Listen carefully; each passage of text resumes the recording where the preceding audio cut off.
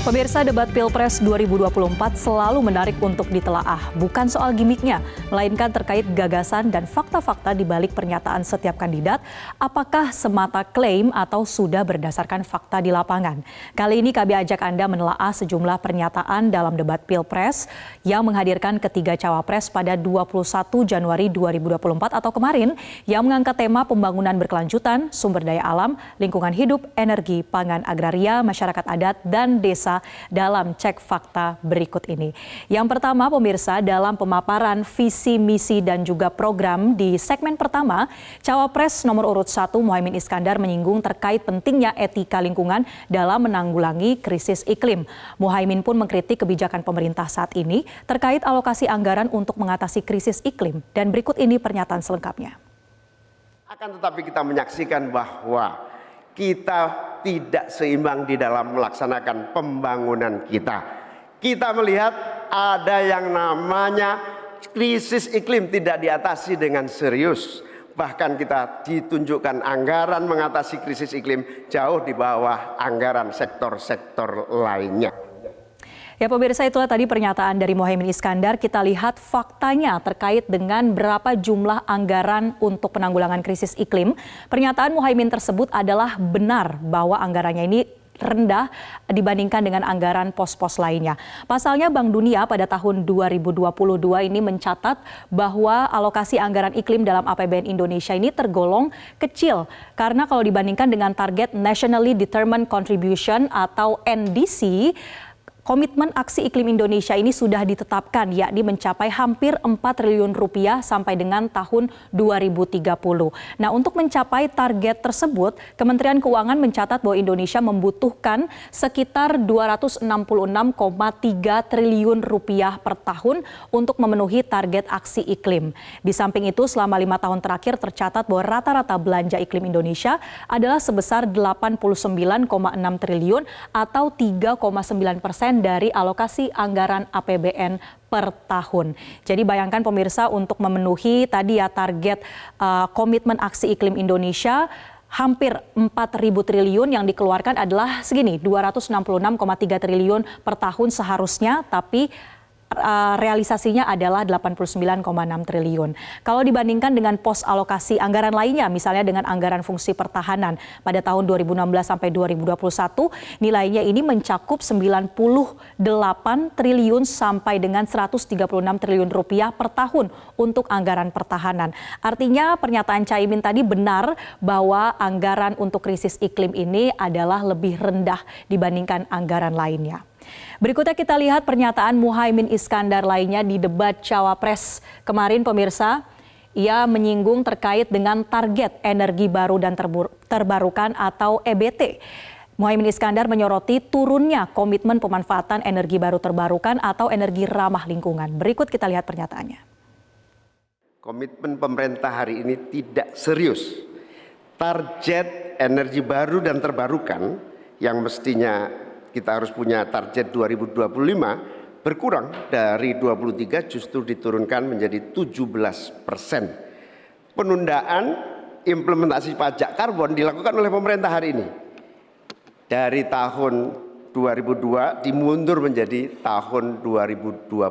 Apanya yang mau dilanjutkan?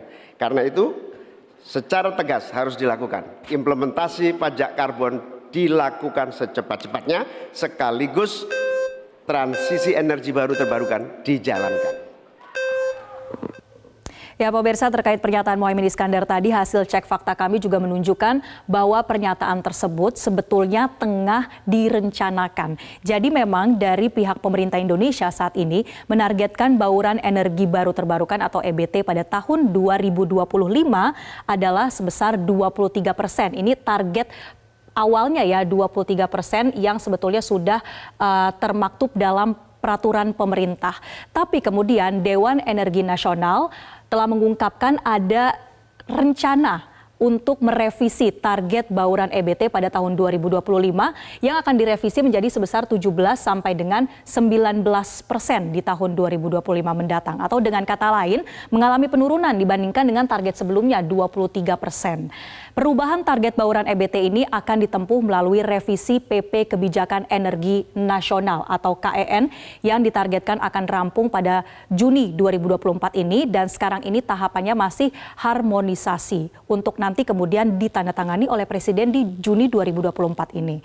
Jadi setidaknya pemirsa sudah ada rencana sebetulnya dari pemerintah untuk menurunkan target pemanfaatan energi ramah lingkungan, dan itulah yang kemarin dikritik oleh Cawapres nomor urut 1 Muhaimin Iskandar. Berikutnya kita akan lihat pernyataan dari Cawapres nomor urut 2 Gibran Rakabuming Raka. Pada saat menanggapi jawaban dari Cawapres 03 Mahfud MD soal strategi memulihkan hak masyarakat adat di segmen ketiga debat, Gibran menyebut data soal luas hutan adat. Berikut ini pernyataan selengkapnya. Sekarang juga sudah ada Perpres 28 tahun 2023. Ini sudah ada 1,5 juta hektar hutan adat yang sudah diakui. Memang kuncinya ke depan adalah kita harus perbanyak dialog dengan para tokoh adat, kepala-kepala adat.